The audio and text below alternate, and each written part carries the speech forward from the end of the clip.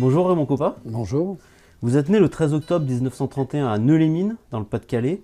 Vous avez 83 ans et pour les plus jeunes, il faut rappeler que c'est un monument du football mondial qui nous accueille aujourd'hui chez lui à Angers. Kopa, c'est 3 Coupes d'Europe des clubs champions avec le Real Madrid, 2 titres de champion d'Espagne, 4 titres de champion de France avec Reims, une 3e place à la Coupe du Monde 1958, un Ballon d'Or France Football la même année. Bref, un palmarès phénoménal et une trace qui ne s'effacera jamais. Vous qui avez été le premier footballeur décoré de la Légion d'honneur en 1970. Avez-vous l'impression d'être considéré à votre juste valeur aujourd'hui? Ou à l'inverse, avez-vous l'impression d'avoir été un peu délaissé? Non, pas du tout, non. Au contraire, je ne suis pas oublié, non. Mais je le sais parce que je fais quand même pas mal de séances de dédicaces. Oui, alors je suis demandé un peu dans toute la France. Et ceux qui viennent me voir, bien sûr, les personnes d'un certain âge, il y a très peu de jeunes, mais enfin, ils sont très très heureux de me revoir. Alors, donc, c'est déjà une satisfaction en ce qui me concerne. Dans l'équipe magazine, début janvier, votre ancien coéquipier, Juste Fontaine, disait de vous, Kopa, c'était Messi. Il exagérait un peu, ou c'était ça, Raymond Kopa, un dribbleur fou et un prodige de ce jeu? Justo, il est gentil, mais d'autres amis m'ont téléphoné en m'appelant Messi aussi. C'est vrai, il y avait des similitudes dans le dribble. Bon, dans la terminaison, il était peut-être meilleur, Messi, mais enfin, dans l'ensemble, on peut me joindre à Messi. Et vous auriez aimé qu'il y ait davantage d'images de vous? Pas spécialement, vous savez. Des images, il y en a quand même pas mal. Et dans l'ensemble, même si ces derniers temps, je ne vois pas grand monde, vous avez bien fait de venir, non, ça ne me gêne pas du tout. Je trouve qu'on arrive à un moment de la vie qu'il faut laisser la place aux autres. Cristiano Ronaldo vient d'être sacré Ballon d'Or. On ne cesse d'évoquer sa rivalité avec Lionel Messi.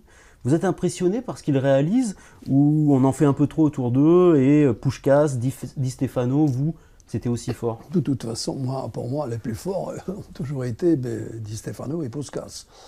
Actuellement, il n'y a pas l'équivalence. Il y a eu quand même, à notre époque, Pelé, il ne faut pas l'oublier.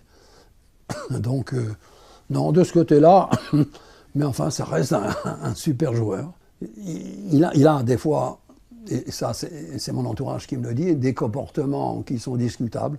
Mais enfin, moi je suis du Real Madrid, il ne faut pas oublier. Donc je ne peux pas critiquer les joueurs du Real. Vous avez arrêté votre carrière il y a bientôt 50 ans, mais vous étiez très moderne en quelque sorte. Vous aviez l'habitude de négocier vos contrats à une époque où les joueurs avaient plutôt l'habitude de se taire. Vous avez eu une marque de jus de fruits à votre nom, vous avez eu une marque de chaussures. Vous avez quitté le Real Madrid pour revenir à Reims en 1959 car c'était préférable pour vos affaires de rentrer au pays et pour votre après-carrière. Et vous êtes d'ailleurs devenu à votre retraite directeur des ventes d'une grande entreprise. Quelque part, n'avez-vous pas été le premier joueur businessman? Écoutez, en tous les cas, mon objectif quand j'étais au Real Madrid, bien sûr, c'est de jouer le plus longtemps possible. Malheureusement, ça n'a pas été possible. Et j'ai eu une offre exceptionnelle des 5 fabricants français. Pour moi, re-signer un contrat avec le Real qui était de 5 ans, je ne pouvais pas le faire. Je ne pouvais pas le faire parce que moi, ce qui m'intéressait, c'est la suite. Le football n'était pas une sécurité. Du jour au lendemain, je peux être fusillé. Fusillé dans le bon sens. Bien sûr que je ne pouvais plus jouer. Tandis que là, j'avais la sécurité de mon emploi. Vous n'avez jamais regretté plus tard parce que vous auriez gagné encore plus de titres en restant au Real Madrid? Non, au contraire. Je crois que j'ai bien fait parce que, je répète, c'est pas sûr de continuer de jouer encore. J'aurais pu jouer, effectivement, mais le choix était bon. Mais ce n'était pas que l'argent. C'est la passion que j'avais pour ce sport. Moi, le football, je l'ai joué jusqu'à l'âge de 70 ans. De 40 à 70 ans, ça fait quand même 30 ans, dans les vétérans, bien sûr. À 70 ans, on arrive encore à jouer au football contre des genoux de 40 ans? Ouais, mais j'étais au bout, là, quand même, à 70 ans. Vous avez été de manière très éphémère membre du Conseil fédéral de la Fédération française en 1969. Mais en dehors de cette expérience, vous n'avez occupé aucune fonction dans le football. Pourquoi n'avez-vous jamais entraîné, jamais dirigé un club? C'est vrai, j'ai été un passionné du football pour le jouer, mais beaucoup moins effectivement, pour enseigner le football. Ce que j'aurais pu faire, j'avais des qualités pour pouvoir le faire. Mais enfin, J'avais le choix entre être entraîneur ou être vendeur d'articles de sport. Le choix a été fait.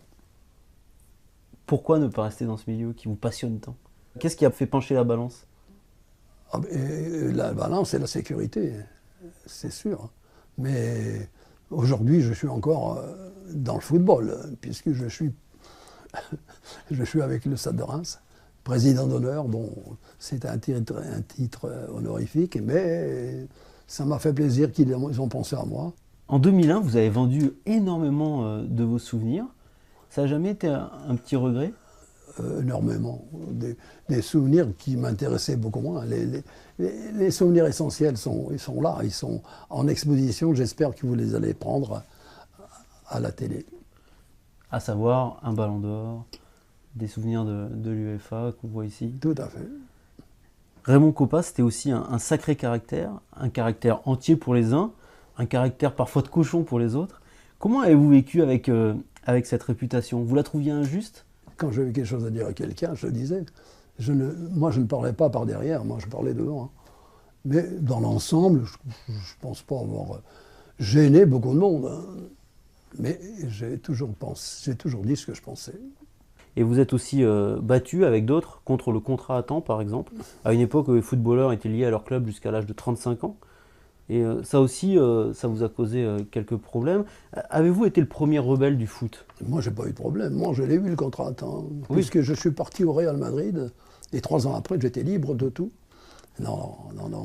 Certains ont pu dire que j'étais pas toujours très très gentil, mais je répète, je disais ce que je pensais et je défendais le contrat à temps.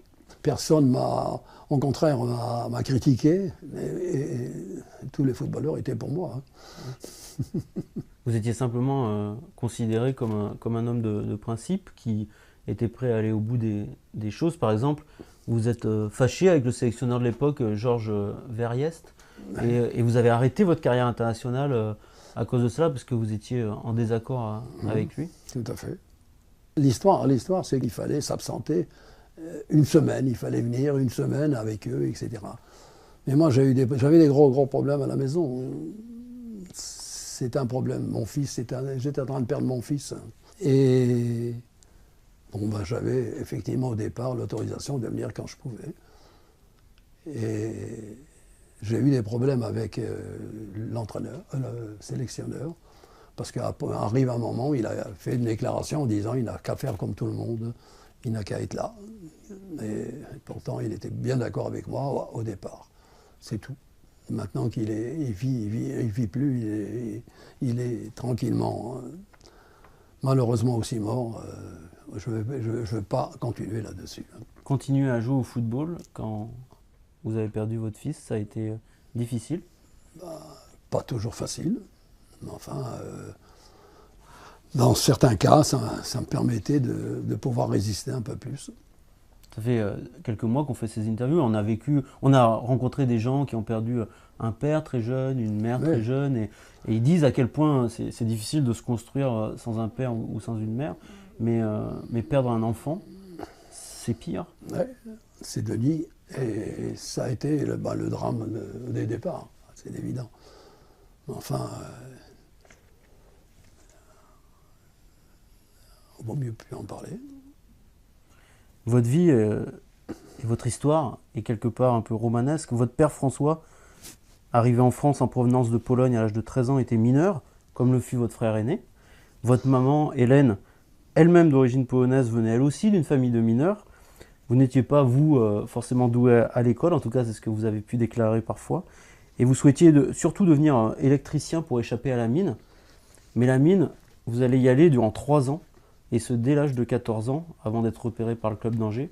Le comble, c'est que le président de l'EMI à l'époque pouvait effectivement me retirer de la mine, puisqu'il était aussi l'ingénieur de la mine. Donc, mais il n'a pas bougé du tout. Et quand je suis parti de Neulémine à Madrid, à Angers, eh bien, il a dit qu'il a fait des déclarations en disant que oui, c'est pas normal, qu'un joueur comme Coppa, il s'en va, alors avec tout ce qu'on a fait, il n'avait rien fait. Donc j'étais content de trouver le SCO d'Angers pour m'échapper quand même de la mine. Et parce que la mine, je travaillais à 612 mètres. Quel souvenir vous en gardez? Bah, un souvenir quand même qui est, enfin, je pourrais dire catastrophique. En plus, j'ai été blessé, pas gravement, heureusement, mais j'ai quand même perdu un doigt. J'aurais pu perdre les 5. Hein. J'ai eu cette chance-là. Mais enfin, ça fait partie du travail. Le football vous a sauvé de cela? Ah, le football, heureusement qu'il était là. Vous vous souvenez de votre premier ballon de foot? Le premier? Ballon de foot. Pas spécialement. Premier de ballon de foot? Ouais. C'est quand il y avait des Allemands? Paraît-il. Ouais. Ben, c'est un ballon que j'ai mis de côté pour continuer avec un ballon de football. C'était des Allemands. Pendant la Seconde Guerre mondiale? Pendant la guerre, en 42, 43, je ne sais plus dans quelle année, et qui finalement jouaient au football. Et au fond du filet, il y avait un ballon qui traînait. J'étais le voleur des Allemands. Vous êtes né Raymond Kopaszewski. Oui. Quand avez-vous changé de nom et pourquoi? Dès le départ. Très jeune, des gens m'appelaient Coppa. C'était la facilité pour les maîtres d'école, je suppose. Mais Coppa a toujours été utilisé. Et aujourd'hui, bien sûr, encore plus. Coppa. Kopaszewski dit Coppa. Et ça, c'est officiel. Comment allez-vous aujourd'hui? Vous avez connu quelques soucis de santé récemment? Oui. J'ai la chance, effectivement, d'être bien tombé sur des gens très compétents. Et c'est qu'effectivement, ça fait 1 an et demi à peu près que je ne suis pas très bien. Bon, vous avez l'air en bonne forme. Mais là, je suis mieux. Là, je peux vous dire que j'espère que ça continuera, que je suis en meilleur état. Vous avez 83 ans aujourd'hui, on l'a dit, vous avez eu une vie assez exceptionnelle, aussi bien à travers des grandes réussites et des drames personnels. Vous dites quoi aujourd'hui? Vous avez eu une vie formidable? Exceptionnelle. Et je n'étais pas tout seul. J'avais une femme, j'avais des enfants. Et dans l'ensemble, oui, j'ai eu du football. Merci beaucoup Raymond Coppa. Et au contraire, vous avez bien fait de venir. C'est gentil à vous.